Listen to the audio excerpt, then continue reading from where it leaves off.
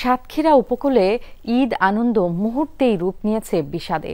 সবাই যখন ঈদ নামাজে ব্যস্ত তখনই ভেঙে যায় খোলপেটুয়া নদীর ২০০ ফুট উপকূল রক্ষা বাঁধ। আশ্রয়ের খোঁজে ছুটছে মানুষ। ভেসে গেছে শত শত মাছের ঘের, কৃষি জমি, প্লাবিত গ্রামের পর গ্রাম। বাড়ির পূর্ব পাশ থেকে পদ্মা রাস্তা নদীতে চলে গেছে।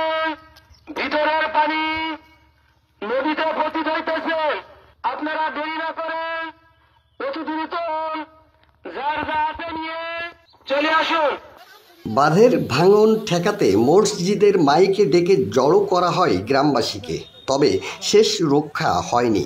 নদীতে বিলীন আনুলিয়া ইউনিয়নের বিসট এলাকার ২০০ ফুট উপকূল রক্ষা বেড়িবাঁধ। আমাদের নামাজও শেষ হয়ে গেছে, জিনিসপত্র কিছু বের করতে পারিনি। বাঁধ ভেঙে জনপদে ঢুকছে খোলপেটুয়া নদীর পানি, ঘরবাড়িতে পানি, আশ্রয়ের খোঁজে ছুটছে মানুষ। ভেসে গেছে শত শত মাছের ঘের, কৃষিক্ষেত। সব বালি দেবা রাস্তায় ওই বালি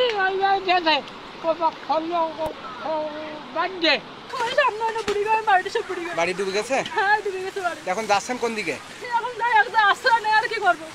পানির তীব্রতায় আনুলিয়া ইউনিয়নের 10টি গ্রাম প্লাবিত হওয়ার শঙ্কা খাজরা ইউনিয়নও। স্থানীয়দের অভিযোগ, বালুর বাঁধ তাই ভেঙেছে সহজেই।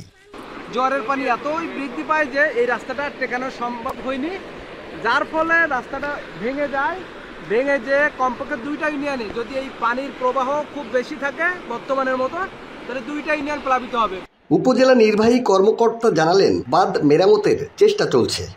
মেরামতের কাজটা তো পানি উন্নয়ন বোর্ড করে, পানি উন্নয়ন বোর্ডকে অবহিত করা হয়েছে, তারাও আশু পদক্ষেপ নিচ্ছে, আমাকে জানিয়েছে আর কি। আর ইনস্ট্যান্ট যাতে রক্ষা করা যায় এর জন্য বাঁশ টাস এগুলো দিয়ে চেষ্টা করা হচ্ছিল আর কি, কিন্তু তার মধ্যে তো আবার জোয়ার চলে আসছে। এখন জোয়ার শেষ হলে বোঝা যাবে যে কিভাবে কি করা যায়।